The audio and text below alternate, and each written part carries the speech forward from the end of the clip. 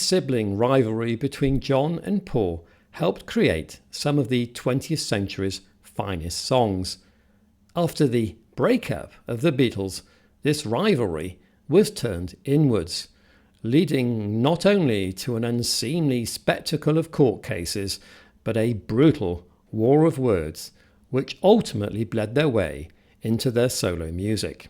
That I used my resentment against Paul, that I have as a kind of sibling rivalry resentment from youth, to create a song. Does it go back that far? Oh yeah. I mean, rivalry between two guys, you know. I mean, it was always there, but it was a creative rivalry. Yes. Like there was a rivalry between the Beatles and the Stones. It was a creative rivalry in that respect. Not a terrible, vicious, horrible vendetta, because it's not on that level. This war started quietly with Paul's debut solo album released in April 1970, which avoided any attacks on John and the other Beatles, and in fact was generally upbeat, except for one line from Man We Was Lonely, which touched on Paul's post-Beatles depression. And we was hard-pressed to find a smile. However, it was Paul's self-interview which accompanied the album which really triggered John. Question: is your break with the Beatles temporary or permanent, due to personal differences or musical ones?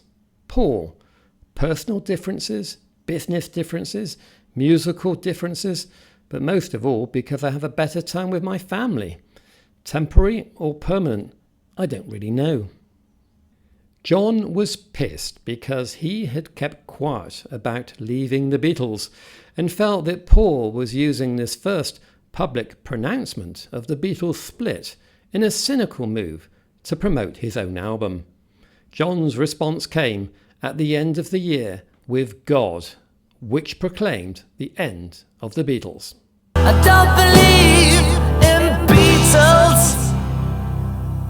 After the music restarts, John even references Paul's Yesterday. Yesterday. On Paul's next album, the underrated Ram, he responds by putting in the boot obliquely several times. Firstly, on 3 legs. But you let me down, put my heart around the band. Paul publicly admitted that Too Many People was written about John and Yoko. That was your first mistake. You took your walking way and broke it in two. Now what can be done for you? You broke it in two. Yeah. I'm also answering Paul's last album, which most of you, because he didn't hand out a lyric sheet, don't know what he was saying. It starts off with Too Many People Going Underground. That was your first mistake. And the first mistake bit is referring to us and all the others. About you, isn't it? Yeah, about you took your lucky break and broke it in two. Now, if that doesn't mean what it says, I don't know what. Also, the song ends with, we believe that we can't be wrong. So I wrote a reciprocal song. John's answer was savage, direct, and disproportionate, with all guns blazing, and no attempts to hide his words. The only thing you done was yesterday. But then when we broke up and everyone was now flailing around, John turned nasty. I don't really understand why. Maybe because we grew up in Liverpool, where it was always good to get in the first punch in a fight. John actually had Alan Klein and Yoko in the room, suggesting lyrics during writing sessions. In his song, How Do You Sleep, the line, "The only thing you did was yesterday," was apparently Alan Klein's suggestion. And John said, "Hey, great, put that in." I could see the laughs they had doing it, and I had to work very hard not to take it too seriously. But at the back of my mind, I was thinking, wait a minute, all I ever did was yesterday? I suppose that's a funny pun, but all I ever did was yesterday, Let It Be, The Long and Winding Road, Eleanor Rigby, Lady Madonna. Fuck you, John. Paul's response came on his first album with Wings, Wildlife, and the song Dear Friend. Is this really Dear Friend was a call for a truce and questioned whether John's words were really heartfelt, referencing John's final line on God, and so Dear Friends, the song that had started this war of words originally. And that seemed to put an end to this war of words. In a 1972 press conference in Philadelphia, John called for peace.